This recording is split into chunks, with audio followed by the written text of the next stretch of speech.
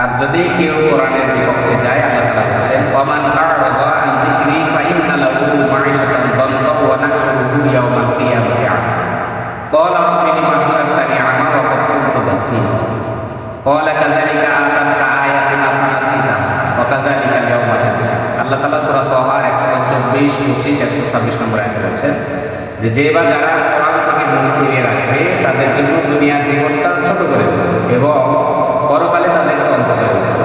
তারা বলবে, হে আল্লাহ, আমরা তো চক্ষুষ্মান ছিলাম, তাহলে আজকে কেন আমরা অন্ধ? আল্লাহ তাআলা বলবেন, যে কারণে তোমাদেরকে চোখ দেওয়া হয়েছে তোমরা তো আমার কোরআন চোখ দিয়ে দেখোনি, তাই আমি চোখটা অন্ধ করে দিলাম।